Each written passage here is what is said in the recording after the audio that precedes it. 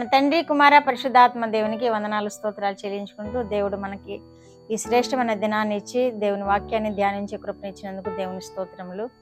ఈ దినమందు పుట్టిన దినములు వివాహ దినములు జరుపుతున్న బిడ్డలను కూడా దేవుడు విశేషంగా దీవించి కాపాడాలని మేము ప్రార్థన చేస్తున్నాము. ఈ సంవత్సరాంతం వరకు దేవుని కనుదృష్టి మీ మీద ఉండాలని కూడా మేము ఆశిస్తున్నాము. అట్టి కృప మీరు పొందుకుందరుగాక. దేవుడు ఈ దినమందు మనకిచ్చిన వాక్యము విలాప వాక్యములు 3వ అధ్యాయము 23 నుండి 24 వచనాలు చదువుకున్నాం. అనుదినము నూతనముగా ఆయనకు వాత్సల్యత పుట్టుచున్నది. నీవు ఎంతైనా నమ్మదగిన వాడవు. యెహోవా నా భాగమని నేను అనుకుంటున్నాను, ఆయన యందు నేను నమ్మిక ఉంచుకొనుచున్నాను. దేవుడి వాక్యం ద్వారా మనల్ని దీవించునుగాక. దేవుడు చెబుతున్నాడు ఈ దినమందు అనుదినము నూతనముగా ఆయన నాకు వాత్సల్యత పుట్టుతున్నది అని వాక్యం ద్వారా మనకి దేవుడు రాయిస్తున్నాడు. మనల్ని దేవుడు విడిచిపెట్టాడా అని మనము అనేక మార్లు అనుకోవచ్చు. దేవుడు ఈ సమస్యను ఎందుకు కల్పించాడు, మనల్ని ఏమన్నా దూరం చేశాడా దేవుడు అని మనం ఎన్నో మార్లు అనుకుంటాం. ఎందుకంటే ఒక్కొక్క రోజు ఆ విధమైన సమస్య చిక్కుబడి ఉంటుంది, ఒక్కొక్క రోజు ఆ విధమైన వేదన కూడా కలిగి ఉంటుంది, ఒక్కొక్క రోజు ఆ విధముగా సమస్యల వలయంలో ఉన్నామా అన్న భావన మనకు కలుగుతుంది. కానీ దేవుడు ఏం చేస్తున్నాడు, అనుదినము నూతనముగా ఆయనకు వాత్సల్యత పుట్టుచున్నది. మనము ఆయన బిడ్డలము కదా. తల్లిదండ్రులు బిడ్డలని ఎంత ప్రేమిస్తారో అంతకంటే ప్రేమ దేవునికి మన మీద ఉన్నది, అంతకంటే వాత్సల్యత ఎక్కువగా ఉన్నది. ఎందుకంటే ఆయన సృష్టించారు సృష్టిని, ఈ సృష్టిలో మనల్ని ఒక భాగంగా నిర్మించారు కనుక తల్లిదండ్రుల కంటే మిన్నగా ప్రేమించే దేవుడుగా ఉన్నాడని మనం గ్రహించుకుంటున్నాం. కనుక అనుదినము నూతనముగా ఆయనకు వాత్సల్యత పుట్టుతున్నది అని వాక్యం తెలియజేయబడుతుంది.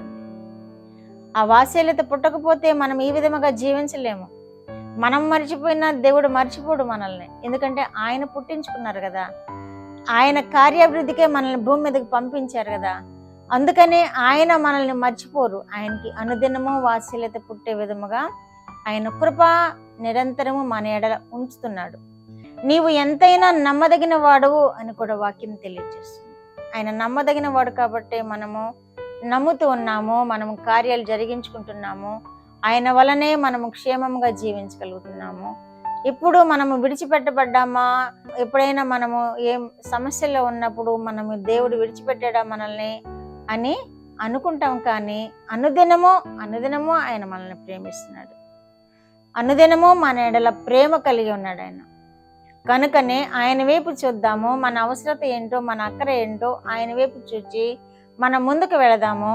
అనుదినము ఆయన ప్రేమ చొప్పున మన కార్యాలన్నీ నెరవేరుస్తూ ఉంటాడు, మన అక్కర్లన్నీ తీరుస్తూ ఉంటాడు. అలాగే మరి ఒక మాట ఇక్కడ తెలియజేస్తున్నారు ఈ రచయిత, యెహోవాను నా భాగమని నేను అనుకుంటున్నాను అంటున్నారు. మనము కూడా అదే అనుకోవాలి. ఎన్ని శ్రమ ఈ రచయిత ఇర్మియా ఎన్ని శ్రమలు అనుభవించినా, ఎంత వేదన అనుభవించినా దేవుణ్ణి విడిచిపెట్టలేదు, దేవుని ఆజ్ఞలను వీడలేదు. దేవుడు చెప్పమన్నాయి చెప్పేవాడు, శ్రమ అయినా విడిచిపెట్టేవాడు కాదు, శ్రమ అయినా చెప్పటం మానేసేవాడు కాదు. అందుకనే ఈ మాటలు తెలియజేస్తున్నాడు, యెహోవా నాకు భాగమని నేను అనుకొనుచున్నాను. అందుకనే ఆయన ఆ విధముగా ఆధారపడ్డాడు. కనుకనే ఎవరైతే దేవుని మీద ఆధారపడతారో, దేవా నీవే నా భాగము అని ఎవరైతే ఆయన మీద ఆధారపడి ఆయన వైపు చూస్తారో, అనుదినము వాత్సల్యత చూపించి దేవుడు మిమ్మల్ని దర్శిస్తూ ఉంటాడు. ఆయన మన భాగమని మనం ఎంచుకున్నప్పుడు తప్పకుండా అనుదినము ఆయన ప్రేమ మనల్ని దర్శిస్తూ ఉంటుంది. తప్పకుండా మన అవసరతలను ఆయన కృపలో తీర్చబడుతుంది. నీవు ఎంతైనా నమ్మదగిన వాడవు అని కూడా వాక్యం తెలియజేయబడుతుంది. ఆయన ఎంతైనా నమ్మదగినవాడు, ఆయన మనకి ఎంతైనా నమ్మదగినవాడు. ఈ లోకంలో తండ్రిని నమ్మొచ్చు, తల్లిని మనం నమ్మొచ్చు, అంతకంటే ఎక్కువగా అయినా నమ్మిక దేవుని మీద ఉంచాలి. ఈ లోకంలో సోదరిని నమ్మొచ్చు, సోదరుని నమ్మొచ్చు, అంతకంటే ఎక్కువైన నమ్మిక దేవుని మీద ఉంచాలి. అప్పుడే దేవుడు మనకి తన వాత్సల్యత చూపిస్తాడు, మన కొరతలన్నీ తీరుస్తాడు, మనల్ని ఆరోగ్యవంతులుగా ఉంచుతాడు, మన సమస్యలన్నిటినీ సాల్వ్ చేస్తాడు. ప్రార్థన. మా దేవా, మా ప్రియ పరలోక ప్రభువా, మీ పరిశుద్ధ పాదములకు వందనాలు, స్తోత్రాలు.